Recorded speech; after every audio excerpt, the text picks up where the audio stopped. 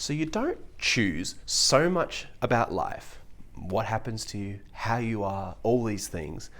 I'm going to address this topic in sort of segments because I'm going to start from sort of you as the person, then work out to society, right? But people in this world love to just gaslight and love to just say, oh, you choose it, not you can. My favorite one, you can just choose how you react to things. Like, what if you I don't know, put me in some horrible trench in World War One? I can just magically go, oh, you know what, I love it. This is amazing. Like, this is the logic of these people. This is why I think society's messed up. Just anything in life about your personality, a lot of it you don't really control, to be honest. Just think, I don't choose, I'm just going to use me as an example because here I am. I don't choose the fact that I hate officers. You can probably tell from these videos. I hate officers, like a lot, more than just the average person. I find them to be the most depressing things. It's one of the most depressing things on earth is in like an office. You're sitting there in your little chair and there's a beep, beep, beep, beep, click, click, click, typing. Everyone's, hello, welcome to the company. It's the most boring, depressing, stupidest thing. I don't like offices. I hate them. They annoy me. I don't like them. I've never liked the culture of them. I just don't fit in offices, right? Okay. So I choose. That's how I am. I just am the way I am, and I like being the way I am. I like it in the sense where I like to be unique and be myself, but it has caused me lots of problems in life. So I guess I don't like that aspect of it, but that's the complicated point, isn't it? I don't choose that. I don't particularly love certain topics. Like I'm not the best. I don't really love mathematics that much, although it is useful in investing, like standard deviations and stuff. And there's useful parts of it, but I don't necessarily love it, right? Where there's people I've known who are mathematicians and they love mathematics, and that's good for them. Pardon me, sorry. Itchy nose again for some reason. Whenever I record, I get an itchy nose. I have no idea why this happens, but anyway. So, I don't control that. A really good example for me as well. So at university, I did 2 science subjects. I did a brain science subject and like a medical science biology subject. Now, I actually really enjoy science, believe it or not. I actually really love science. I've done a little bit of psychology. Like I did 3 weeks of psychology, then I couldn't finish the class. But this is the thing, I don't control how good I am at stuff. So actually, I love science, but I'm not good at it. It turns out one of my relatives who's a businessman, he also apparently is the same as me. He loves business and science, but he's good at business and, not very good at science. I'm sort of like that. I can naturally understand business, but I'm not very good with science. But anyway, I love science. And quite frankly, if I was good at it, maybe I would have been a scientist. Who knows? Probably not. I don't know. But what I'm trying to say is, not only can I not control really my personality, like the fact that I just don't like being told what to do. That's a fact. I'm sorry. It's a fact. I don't like being told what to do. Unless it's by someone I really respect and they're trying to help me. That's different. But some random boss at a job who's not that, I'm not trying to make fun, but I'm supposed to respect this person who's just mean and I don't know. I don't control that I am, the way I am. I don't like being told what to do. I don't like being forced to sit in a chair. That's just who I am. If you were in my position, you would feel this is the whole point of this discussion. You would feel these things too. And this is the compassion I extend to other people in life. Because, I don't personally, I have strengths and weaknesses, but for example, I don't, a lot of things that other people struggle with, I don't struggle with those things, and then vice versa, right? So when I see someone homeless, I might not understand intellectually, a certain thing they've endured, although I do feel like, well, if I had been through that, I might have been like you. It's a very complicated discussion, but anything really, just but the funny thing is I can't, with normal people, I still struggle to understand them. Even though I'm trying to, justify all these things, I don't understand normal people at all. How do their brains work? I don't get it, but I guess they don't choose to be like that either, but whatever. What I'm trying to say is, there's so many things about our personalities that we don't choose. There's so many things about our aptitudes, like what we're good at, what we're bad at, what we are fast at, for example. I'm quite good at certain tasks, but I'm actually quite slow at them. So what confuses people, why I don't like the working world is, I'm actually very, very talented in under specific circumstances. When I'm left alone, I have no one around me, and I'm just working on something, and it's very creative, and I'm given infinite amount of time to do something, my brain is unnaturally creative. But if you put me in a chair and say, do it today, my brain doesn't do it, right?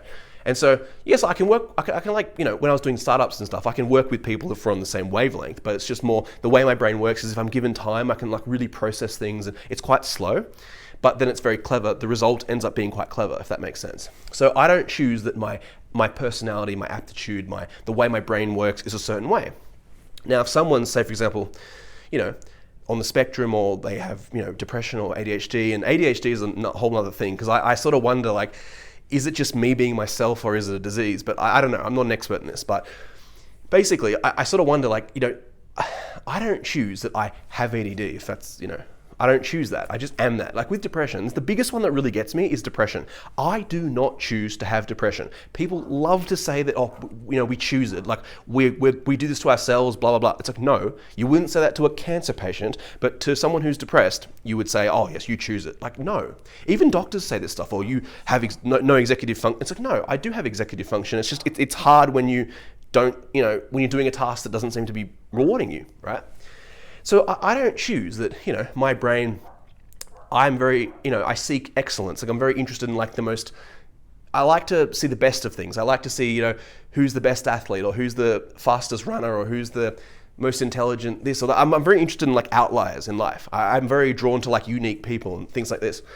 That's just who I am. I don't choose that that's how I am. I'm a person. And I think with consciousness, because consciousness is living within this human body, I think that as a byproduct of that, we would have some level of free will, as a byproduct of that. So Noam Chomsky says that, I'm stealing his thing, he goes, I can move my little finger, that means I have free will. Well, you have some free will. I always say it's like driving a ship, like you're the Titanic, there's an iceberg, oh, turn the ship. Like, yes, you can influence it, you can turn it. It's kind of like when the media in democracies, how they influence, they influence things. They don't have the dictatorial powers to control a society. So what they do is they, behind the scenes, control everything, if that makes sense. That's how I see free will. It's like we as an entity, we're trying to influence. So like when my body, I've had, journeys of weight loss and stuff, I would, train martial arts for 4 hours, 4.5 hours sometimes per day, 5 days a week. And I was influencing my body to stop me being hungry, because when I train that much, my body just stops getting hungry for some reason. It's weird, isn't it? But when I wrestle, I get very hungry. When I box, my hunger goes away I don't know, it reduces my hunger for some reason. And which is awesome, because then you lose weight and the cardio is insane and you get fit and it's all great and you can fight, you can defend yourself, and you can fight multiple people, to be honest. Like in boxing, I know for a fact, I've done little experiments in boxing where I've got 2 people and I've you can definitely take on multiple people in boxing. I don't care what anyone says, you can do it. But anyway, I'm sidetracking again. That's the other thing. That's a good sidetrack, actually. So I am really drawn to martial arts. I really love them a lot, right? I'm also drawn to weightlifting and stuff like this. Now, I do believe that as a person, just the person I am, whatever that means, person I am, I do believe that I probably would have done this anyway. I probably would have always wanted to do this stuff. But because I was influenced by experiences I had when I was younger, I was very small when I was younger. So very, very small. I'm actually quite big now. But when I was small, I was like, a lot of people, this is an all boys school. So this never happened in a co-ed environment. I was always popular in co-ed environments, but then I was not popular at all boys schools. So whatever. But I think because I had a lot of female friends, I was less of a target. I'm not sure. But anyway, so I was a really small person when I was in year 8, which would have been I'd say 13 or 14-ish age, I was very, very small. I was underweight, I was tiny, I was really small. It was so distressing that I think at one point I actually, at school, they forced us to measure each other. Once a semester, they would actually measure us. And I remember being measured as being the smallest and the lightest. And I think I actually cried or something. I was so depressed, it really hurt me. I was so small and people were pushing me and picking and holding me down and all these horrible things, right? And what I found really upsetting was no one, when I complained about it, I was always told that's just what boys do. Horrible. I can see why, honestly, I can see why a lot of women get, upset by, whatever. But what I'm trying to say is, it's just these behaviors they were doing to me, it was just so, it was justified. It was oh, that's just what people do. And it wasn't even they were bad for doing it. They were just holding me down and all these things. And so as a result of that, I developed this really you have no idea the level of aggression I can have. If people threaten me, it's I go from 0 to 100 in a split second. It's if someone, obviously I don't act on it because I'm not, a criminal, but when you're out and stuff and people threaten you, sometimes people get angry at you, whatever. I've learned just to ignore them. But, how do I say it? I've developed this thing where when I was younger, I started to grow and catch up to these other guys and actually overtook these guys. But I developed this really, how do I say this? If someone wants to push me or something, it's I'm a wrestler, so I can really do that very, very aggressively, more than most people can do. And I've developed this kind of martial arts instinct. But I think if I hadn't gone through that experience of being held down and all that stuff, I wouldn't have had this extreme level of like, it's really hard to explain. I'm trying really hard to explain this. It's like I have this thing where like I'm aware, like if someone's looked like I'm very hyper vigilant. Like if I never, nothing can get past me. I'm always very aware, and because I've been physically had to go through that, it's sort of made me very into martial arts. And actually, if you listen to a lot of the best fighters to ever live, like Mike Tyson, Baz Rutten, and there's countless other examples, they were often bullied very badly as kids, and that's why they became the best fighters in the world. I mean, Mike Tyson has a lisp, and he was picked on for having a lisp. And, you know, he was made fun of for liking pigeons, which is so sad. I love pigeons. They're one of my favorite. I love pigeons. I love birds, as you can tell. The name is Uncaged Eagle. So I didn't want to make the channel Uncaged Pigeon because that, I don't know, didn't sound as good. I love eagles a lot. And uncaged pigeon. Oh my God. But anyway, and so, you know, he was picked on for liking pigeons. Of course, now he's Mike Tyson, so who would dare pick on him? I mean, I guess people still sort of make fun of him, and, you know, like news reporters and stuff, people still sort of talk things about him, but he's generally not messed with because he's Mike Tyson.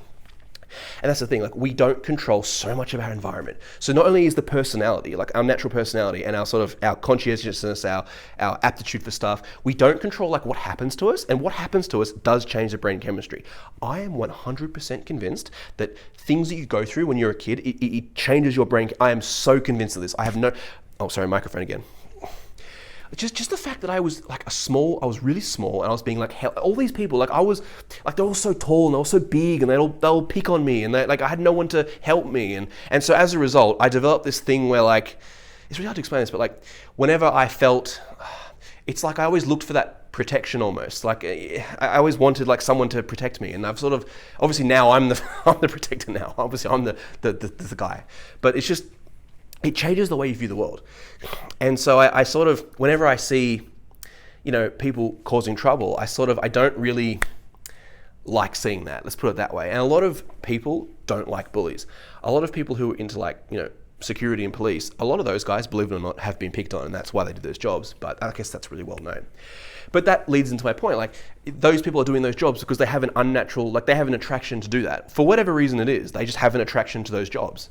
Like, you know, even I've known people who've been to war, like people in the Australian military have talked about this, and like they go to war, and you know, it's like for them, it's like an adventure. They seem to really have a good time from what I mean, I'm sure there's stuff they're not telling me, but like they've you know, they even though they had some bad things happen, they still sort of, they had camaraderie, and they were drawn to the military, right? And so what I'm saying is you don't really control what you're drawn to. Like, you know, for me, I've always been drawn to money, to be honest. You know, as a kid, they'd say, what do you want to do? Well, I just want to have money. Like, but apparently that's the wrong answer. But, you know, I don't control that. Like, you know, I know a lot about making money online. I know a lot about trading, a lot of investing. And, you know, I'm lucky in the sense my brain is super optimized towards investing. Thank goodness for that. My brain, it's really weird. When I was teaching myself investing, something about my brain just, and I don't choose that. This is the thing, I don't choose that. And, you know, obviously something like intelligence is kind of hard to measure. But, you know, if I am, you know, if the IQ test was right, and if I am actually intelligent, and if in some ways I do feel intelligent, in other ways I think maybe I'm not, but, you know, I probably am. But it's not about me.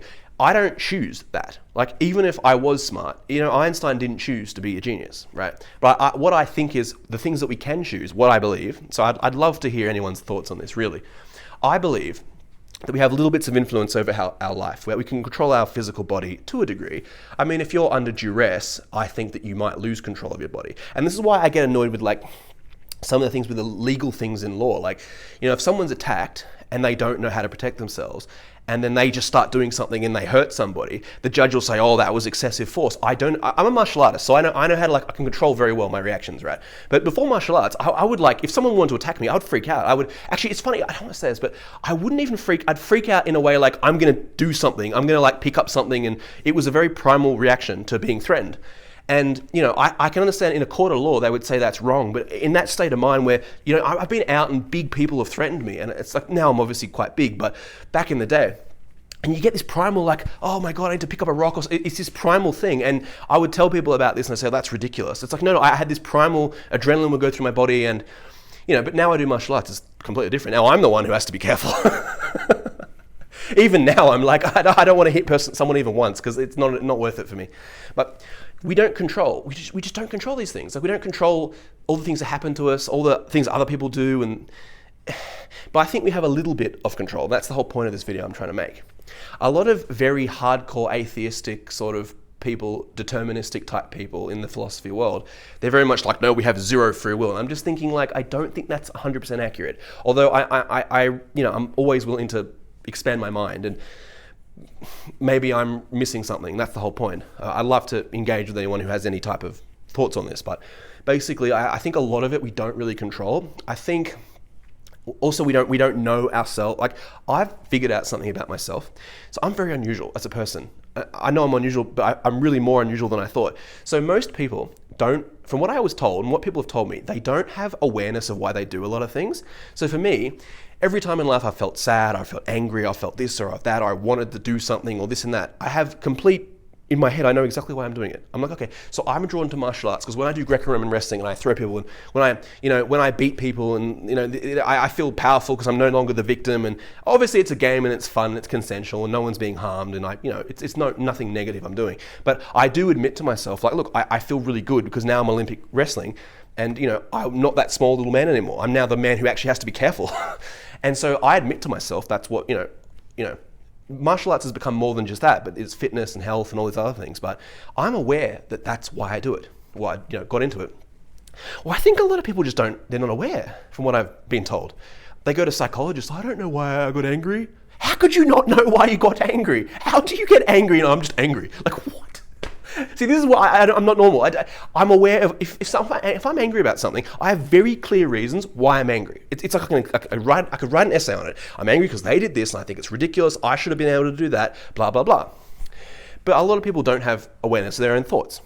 And so for me, what I've realized is to have free will, if it exists, you have to have complete awareness of your being. And then the other thing is, even if we did have awareness of our own being, we didn't even create our own being. we didn't create it, because if I created this crap, it would have been a very different world. But, pardon me. But we didn't create this world. We didn't create the physics. We didn't create the brains. We didn't create the genetics. There's all these little variants, like the genetics can be so different, and all these little things, like just small little things in life really add up. Like you could just walk somewhere one day and run. I used to think of this all the time at university. I walk somewhere and I run into someone who's the son of some person, and then this person introduces me to that person, and then you might get a date or a business connection or something, and all because of just you chose to walk that way. And that's the whole point. Even if we have some level of free will, it's just so much influence. It's like a river. It's just I might be able to swim, but when I was in that rip current, and I was it drags you away. It's like in the surf. You have a surfboard and you can surf, but the waves are still dictating what you can do. So I sort of look at free will like that. We have some level of control, which is it's obvious. We do have some sort of control, but then at the same time, we don't fully have a lot of control in the way we think we do. I think as well, if someone doesn't like to do something, say for example, they don't like reading books, for example, they can still force themselves to do it, right? But the problem is if they don't have a reason to do it, they're not going to their brain is going to just invent reasons not to do it, right? So we don't really have control, but we sort of do, if that makes sense. Free will is so elusive. It's this really elusive thing that people think we have that we don't really know if we even have it. And just the fact that we can... There was some study where, I think it was Sam Harris or something, I can't remember where I got this from. It was they did brain scans and they asked somebody, what do you think of this thing? And before they could even speak, the brain scan proved they already had the answer. Another example is, this is a Sam Harris one, I got this from him. Basically, if I said to you, this is literally, I'm getting this from him, so I'm not original here, I'm not making it, this is his thing. If I say to you right now, think about any city in the world, go, say it. And you might say, San Francisco, Sydney, Paris, I don't know, wherever, wherever you want. You don't really, even just me saying this, I sort of said what came to my head, I don't know, San Francisco sounded cool to say, I don't choose this. That's what I'm trying to say. Free will is so elusive. It's this most random, and people debate it, and it's a very valid debate. And it makes me think, okay, say someone's massively overweight, right? And they those documentaries where they're so overweight they can't walk, that type of thing. I think to myself, they must have such extreme drive of hunger. To be that overweight, you must have something in your brain that's driving you excessively to eat, beyond just a normal person being hungry. And we all experience feelings differently. So for some people, hunger, to be honest, if I'm hungry, I can sort of I don't know, it's not the worst thing in the world, to be honest.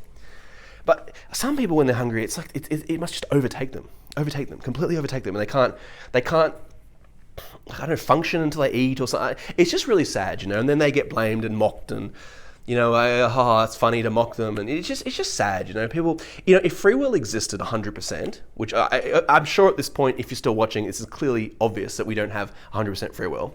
But even if we did, it's like if we did, we wouldn't have things like rehabs and like, you know, diets, and like people would just not eat junk food. Like objectively, you would look at, you know, a celery stick.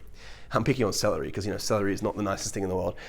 You'd look at a celery stick and you'd say that objectively is better than, you know, KFC or chocolate or whatever, right? Or pizza, whatever. Yeah, celery, you'd look at it and then you would know, okay, that is better for me. I choose just, you know, not to crave KFC or chocolate or whatever it is, right? You just choose that. But we don't choose that. That's the whole point. We're like floating in a river, flailing around like little animals, little primates stuck in the river of life.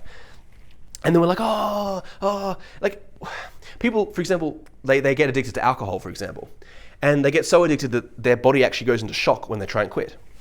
And it's like, but if they had complete control over their brain, why would they even drink in the first place? Like, if someone has severe depression, I'm interesting because I don't really have this thing, but if someone, for whatever reason, you know, alcohol makes them feel better or whatever, those things actually make me feel worse. But what I'm trying to say is that they're able to just, how do I say that? For them, they might know alcohol's bad, but it dulls the pain. And because humans are emotional creatures, you know, most of the time, they get stuck in these cycles of drinking. And then it sort of proves my point, like we don't really have free will, because if we had free will, we would just say, actually, you know what? I am going to feel happy now. I'm going to not feel sad. I'm going to not be hungry. I'm going to not be heartbroken about something, or, you know, I'm personally a bit of a sucker for romance, to be honest, but apparently I'm not supposed to say that. But, you know, that's just who I am. I don't choose that. That's just how I am. I just happen to like that stuff. And a lot of people aren't like that, and they hate it, and they think it's stupid. So like, we're all different. But we're not in society. If we could just admit the truth and say, you know what, not everyone is the same. We're all different. And actually, I've just remembered what I was going to say. I really want to bring this point up, and I've just been waiting all video to bring this up. One of my theories is, my theory that I think sort of solves it, I don't know if this is right. I think different humans have different levels of free will. I really believe this. I think there are some people who are just so reckless, and they might have like either mental illness or they have something, I don't know. And they just do these really reckless things. Like you see it on the news, people do stupid things, and you think, why would you do, that's not logical. But then maybe they just don't, they're lacking, I don't know, I actually don't know, to be honest. I'm not trying to justify anything. I don't justify bad things, but it's just, they've got to have some reason to do stuff. Like these people who do stupid things, like, you know, they take things and they speed in cars and crash and all this, you know, things you see on the news, that stupid stuff. Like they've got to have some reason to do it, right? Are they just blind animals? Just, I'm going to drive in a car. Like, there's got to be some reason why people feel the urge to do stupid things. So there's got to be some reason for it. Are they just feeling like so understimulated? They want is it the social credibility? They think they look cool to other criminals, or like, what is it? Like, there's got to be some reason. There's some deep-seated reason. And like the thing is, they don't even know themselves, I think, a lot of the time. But like, that's the thing. I think different people have different levels of free will. But on top of that, so there's the brain chemistry part. Different people have different levels of free will based on their sort of, you know, brain chemistry or whatever. Then I think on top of that, the lifestyle you live also dictates your free will. So for example, if someone's really hungry and they're homeless, you know, going in and like petty theft is very, I guess, probably easier for that person to steal something, right? Where if you don't, you know, you're not hungry and you're not homeless, stealing might make less sense to you. But then if you have kleptomania, you might have a compulsion to, like, I don't know. I'm just trying to get this all out there and try and discover what the truth is. I want us all to discover the truth of life, whatever that is. I want to discover these things with people. Like, what is life? Like, it's the weirdest thing ever. But what I'm trying to say is, we have, our brains are all different levels of free will. Different people have different proclivities to things, different desires, whatever. You know, other people, they really want to have a romantic relationship. Some people want to be single. Some people want, you know, they sort of want a mix of both. Like, everyone has different things they want. And in society, like, if you have, you know, how do I say, if you're hungry, if you've got a really stressful life, say you've got a really, really stressful life, and then alcohol is like your one escape, and that, you know what I'm saying? Where if someone had, how do I say it? If someone has a very comfortable life, it's sort of easier for them not to indulge in certain activities, right? And like, yeah, that's what I'm trying to say. Like, I really believe, not just that we have different levels of free will, but I think we have different levels of free will in different categories of life, if that makes sense. Like some people are very have physical compulsions towards things, and I think other people have more like psychological not weaknesses, but like things that can be exploited, if that makes sense. So my ex-girlfriend, I think it was I forget what it was. I think it was like TikTok or something, or a game, or she had something on her phone.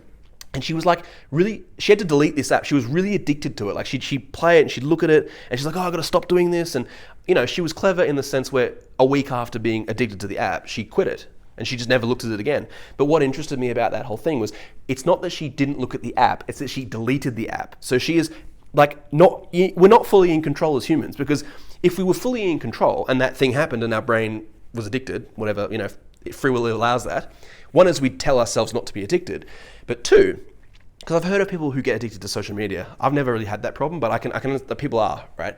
And so, we wouldn't have to delete an app. Or there's something on, I think it's on iPhones they have it. It's like screen time or something.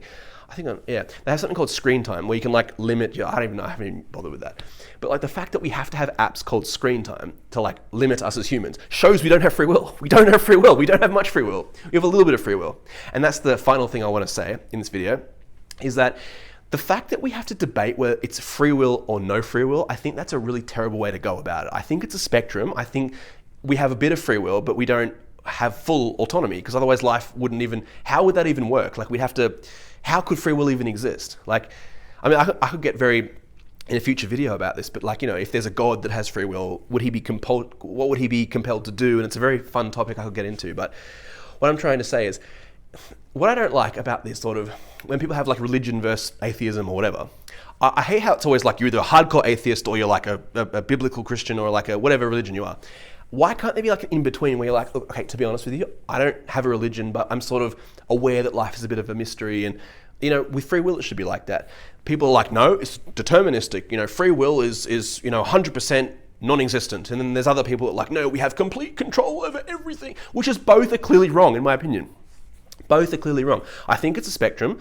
Like a lot of things in life, I think it's a spectrum. And I think that, maybe some people are more on the spectrum of having more control. I could be wrong, but, and then that leads to like, how do we in society we even manage these things? Well, personally, I think when it comes to managing society, you need kind of power for that. So that's a whole other thing. But what I'm trying to say is, I hope this video has made sense. I hope it's a topic I wanted to talk about for a while. It's like free will. It's really interesting and important to me.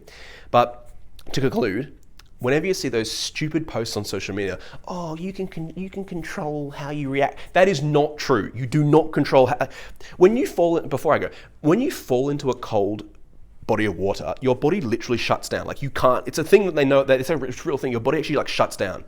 And so if you fall into a cold body of water, apparently if you can stay above the surface for a minute, you then regain your movements. But apparently it like literally shuts down the body, and then people, unfortunately drown. And I'm thinking, well, if we had free will, we wouldn't even we control our own heartbeats. Like, we don't have free will.